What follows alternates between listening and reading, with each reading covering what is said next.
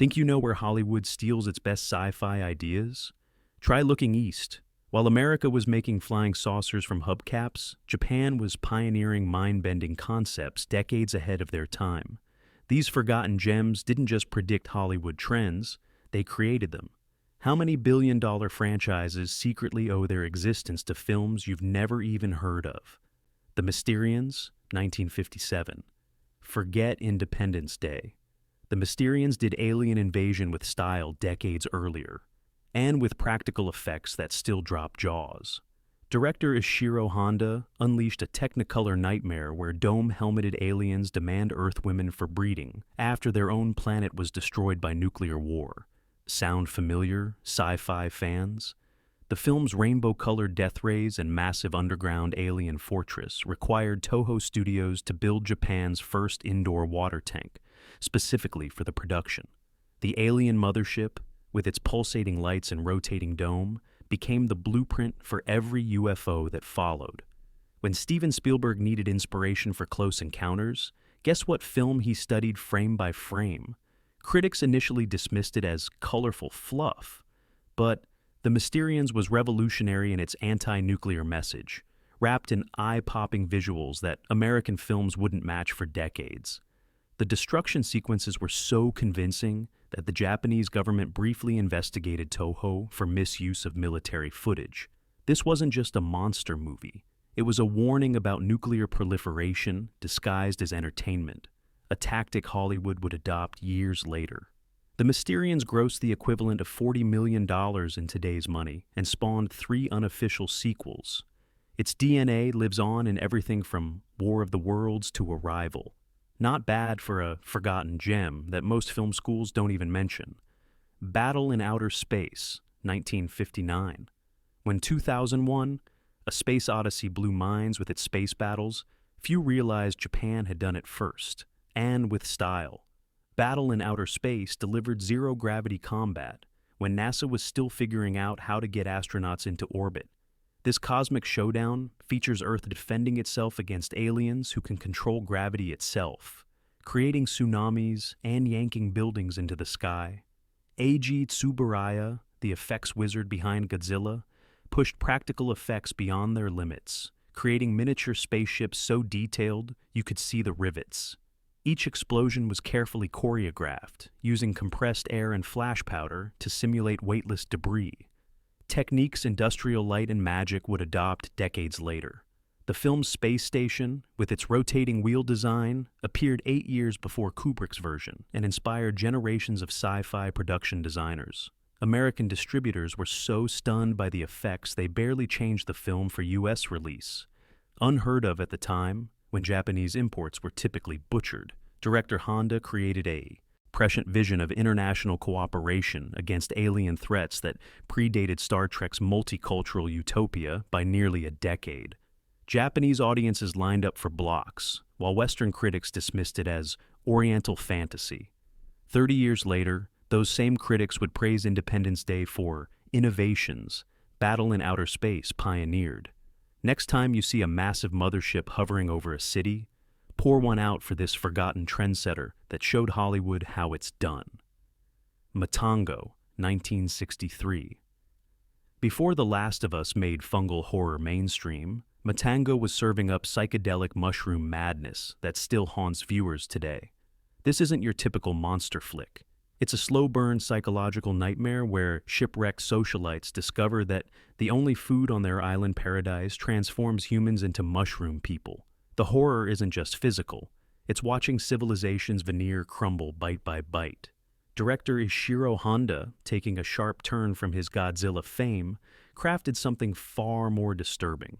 The mushroom transformations, achieved with latex prosthetics and innovative time-lapse photography, were so unsettling that Japan's Film Ethics Committee demanded cuts, fearing hallucinogenic inspiration for viewers. The final transformation scene reportedly caused fainting in Tokyo theaters. Beneath the body, horror lies a scathing critique of 1960s Japanese class structure that most American viewers missed entirely. Critics called it deeply nihilistic and unsuitable for public viewing, yet Guillermo del Toro cites it as a formative influence.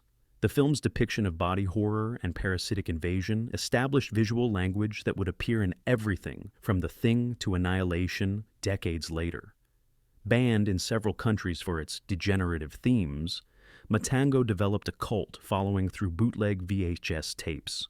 When David Cronenberg was asked about his influences for body horror, he mentioned a Japanese film about mushroom people that understood transformation isn't just physical, but spiritual annihilation.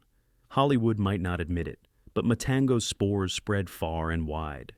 Goke, Body Snatcher from Hell, 1968. While American Sci-Fi was playing it safe, Goke was gleefully slashing boundaries with arterial spray. After a plane crash, survivors face an alien threat that enters through a slit in the forehead, turning humans into vampire-like killers with an insatiable thirst. This psychedelic nightmare features blood that's too red, skies that are too crimson, and existential dread that's off the charts. Director Hajime Sato shot the infamous forehead vagina scene, where the alien force enters its host, in a single take, with practical effects so convincing that modern filmmakers still wonder how it was achieved. The blood-red sky, created by placing red gels over the camera lens, gave the entire film an apocalyptic atmosphere that Tarantino would later pay homage to in A's Kill Bill, Volume 1. Western distributors didn't know what to do with Goke's anti-war messaging and surreal violence. One American critic called it a hallucination that escaped the asylum, while another praised its uncomfortable marriage of political rage and bodily invasion. The film was buried in drive-in double features, but found unlikely champions in both Roger Ebert and David Lynch. Quentin Tarantino admitted borrowing Goke's crimson aesthetic, and the concept of body-snatching parasites that leave a physical mark influenced everything from The Faculty to Invasion of the Body Snatchers remakes. The film's relentless darkness and hopeless ending was decades ahead of modern horror's nihilistic turn. Hollywood might have prettier packaging, but Goke got there first, bleeding beautifully all the way. Latitude Zero, 1969. James Bond meets Jules Verne in this bonkers underwater epic that throws everything at the screen. Laser battles, flying submarines, men with griffin heads, and women in gold bikinis. Latitude Zero paired Hollywood stars Joseph Cotten and Cesar Romero with Toho's effects wizards for a film so ambitious it nearly bankrupted the studio. The Latitude Zero submarine, a gold-plated winged vessel capable of diving to the ocean floor or soaring through the sky, was created using a 16-foot functional model that cost more than the film's entire cast. Effects master Eiji Tsuburaya developed an underwater filming technique using glycerin-based water that allowed clearer photography of miniatures, a technique later adopted by Hollywood for decades. The Griffins weren't men in suits. They were animatronic puppets with mechanical facial movements, predating similar Hollywood techniques by years. When the villain transplants a human brain into a lion body, the resulting creature moved with shocking realism through a combination of wires, air bladders, and off-camera puppeteers. American critics called it deliriously entertaining nonsense, while Japanese reviewers praised its technical achievements. Despite its groundbreaking effects, Latitude Zero faded into obscurity when distributor Toho International collapsed mid-release. The film's submarine designs later appeared suspiciously similar to vessels in Disney's Atlantis, and voyaged to the bottom of the sea. James Cameron reportedly watched it while developing The Abyss, admiring its underwater photography solutions. As one film historian noted, Latitude Zero is where Pulp Fiction and cutting-edge technology collided at the perfect moment. Demon of Mount O, 1960. Before Predator stalked Arnold through the jungle, Demon of Mount O gave us the original Invisible Hunter. This forgotten gem blends feudal samurai drama with sci-fi horror when warriors encounter an ancient alien presence capable of bending light to become invisible. Only its glowing eyes betray its presence as it hunts humans for sport. Director Tokuzo Tanaka achieved the invisibility effect through a revolutionary combination of petroleum jelly smeared on camera lenses and reflective fabrics that disappeared under specific lighting. Techniques, industrial light, and magic would later refine for Predator. The creature's perspective shots, tinted red and distorted with fisheye lenses, established visual language for monster vision that would become standard in Hollywood. The film's most jaw-dropping sequence, a samurai fighting an invisible opponent in a bamboo forest, was shot in a single 4-minute take, with practical effects creating the impression of bamboo being sliced by an unseen blade. This scene directly inspired a similar battle in Kill Bill Volume 1, with Tarantino calling it the perfect marriage of samurai cinema and sci-fi. Japanese audiences embraced the film, but American distributors passed, considering it too culturally specific. Decades later, when John McTiernan was developing Predator, a Japanese crew member allegedly showed him a worn VHS copy, sparking inspiration. The film's concept of honorable hunters seeking worthy prey across the stars appeared in Predator almost beat for beat. Mount O proved invisible monsters could be terrifying, long before Hollywood figured out the formula. The X from Outer Space, 1967, before Alien made extraterrestrial terror sleek and serious, the X from Outer Space was serving up kaiju weirdness with a psychedelic twist. When astronauts return from Mars with a mysterious spore, it grows into Guilala, a giant chicken lizard monster with disco ball skin that feeds on energy and quadruples in size every time it's attacked. This is retro sci-fi cranked to 11. Shochiku Studios, normally known for serious dramas, went all in on this bizarre production, creating a monster suit covered in mirrors and light-reflecting materials that shimmer hypnotically on screen. The effect was achieved by embedding thousands of tiny glass beads into the rubber suit, a technique later adopted for creating alien surfaces in countless Hollywood productions. The film's spaceship interior, a mod paradise of egg chairs, blinking consoles, and rotating radar screens, established visual language for space travel that influenced everything from Star Trek to 2001. Director Kazui Nihonmatsu insisted on building full-scale sets rather than miniatures for actor interaction, creating a sense of realism amid the absurdity. Japanese critics dismissed it as Toho light, while American reviewers called it charmingly ridiculous. Yet, the X from Outer Space developed a cult following precisely because of its unapologetic strangeness. Its DNA lives on in films like Galaxy Quest and Mars Attacks, which embrace similar tonal whiplash between serious sci-fi and camp comedy. Criterion Collection's restoration in 2012 finally gave this forgotten gem its due, with critics re-evaluating its contributions to both kaiju films and space exploration cinema. As director Tim Burton once noted, sometimes the most influential films aren't the most accomplished. They're the ones weird enough to stick in your brain forever. Tetsuo, The Iron Man, 1989. While Hollywood was making family-friendly robot movies, Japan delivered a screeching, grinding cyberpunk nightmare that redefined body horror. Tetsuo.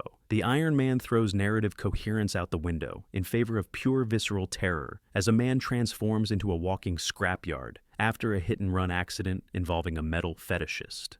Imagine David Cronenberg and David Lynch collaborating on a music video directed by Satan himself.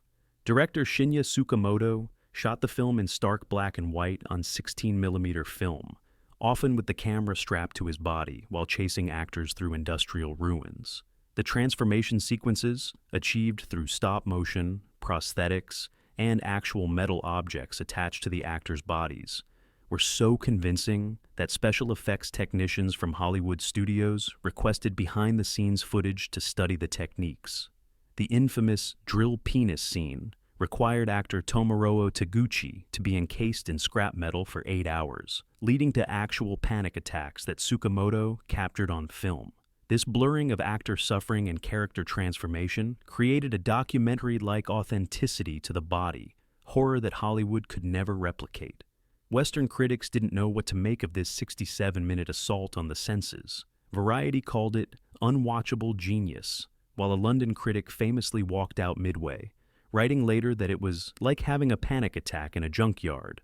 The film cost approximately $17,000 to make, but has influenced filmmakers from the Wachowskis to Darren Aronofsky. The Matrix's plugging-in aesthetics directly references Tetsuo's metal flesh interfaces, and David Fincher cited it as inspiration for Seven's opening credits. As one Hollywood effects designer admitted, "We're still catching up to what Tsukamoto did with pocket change and pure insanity." Pulse, 2001. Before Black Mirror made technological alienation mainstream, Pulse was showing us ghosts in the machine that will haunt your dreams. This isn't your typical J-horror with long-haired girls crawling out of TVs. It's an existential nightmare where the internet becomes a portal for lonely spirits to drain the will to live from the living. Director Kiyoshi Kurosawa created a film so deeply unsettling that Hollywood's remake barely captured a fraction of its dread. The film's most terrifying sequence, a ghost woman's broken, stuttering walk toward the camera, was achieved without digital effects. Actress Yuko Daike performed the unnatural movement through a painful physical technique involving deliberately dislocating and relocating her shoulder with each step. This single scene influenced horror movement choreography for decades, appearing in everything from The Ring to It Follows. Kurosawa shot the film primarily in desaturated blues and greens, with decaying apartments that seemed to absorb light rather than reflect it. When asked how he achieved these spaces, he revealed they weren't sets, but abandoned buildings scheduled for demolition, real places where people had lived and died alone. This documentary-like approach gave Pulse an authenticity Hollywood could never replicate with constructed sets. Japanese critics praised its technical brilliance while expressing concern about its dangerous nihilism, while Western reviewers called it the most terrifying film about technology ever made. When Wes Craven produced the American remake, he admitted defeat, stating, "Some cultural anxieties simply don't translate." The film's vision of technology as an amplifier of isolation rather than connection predicted our social media reality with uncanny accuracy. As one tech journalist noted after rewatching it in 2020, Pulse isn't science fiction anymore, it's documentary. House, 1977. Forget everything you think you know about haunted house movies. House, Hausu, is what happens when a first-time director gets carte blanche to create the weirdest film imaginable. 7 schoolgirls visit a relative's country home, only to be devoured by a house that kills through methods so bizarre they defy description. From a piano that eats fingers to a cat painting that spurts blood. This isn't just strange, it's gloriously mind-bendingly insane. Director Nobuhiko Obayashi, previously known for making TV commercials, approached the film like an extended advertisement, using every visual trick in his arsenal. The house cat's glowing eyes were achieved by placing light bulbs behind paper cutouts, while the infamous floating head-biting buttocks scene combined rear projection, stop motion, and hand-drawn animation in ways that shouldn't work, but somehow do. The dancing skeletons weren't CGI or stop motion, but actors in skeleton suits filmed through special filters and then optically printed into the scene frame by frame. A technique so labor-intensive that Obayashi's team developed repetitive strain injuries. When Hollywood directors later asked how he achieved certain effects, Obayashi reportedly responded, "I just did it because no one told me it was impossible." Japanese studios initially refused to release the film, calling it commercial suicide, while American distributors deemed it culturally untranslatable. Yet, House developed a global cult, following through midnight screenings and bootleg tapes. Sam Raimi cited it as influence for Evil Dead's tonal shifts, and Jordan Peele named it as inspiration for Nope's visual language. When Criterion finally released it in 2010, critics reevaluated it as the film that proves there are still truly original visions in cinema. In a perfect twist, the film born of a child's unfiltered imagination became required viewing in film schools worldwide, proving that sometimes the strangest visions are the most enduring. Akira, 1988. Before The Matrix. Made cyberpunk cool, Akira was melting eyeballs with its vision of Neo-Tokyo on the brink of apocalypse. This isn't just anime, it's ground zero for modern sci-fi visual language.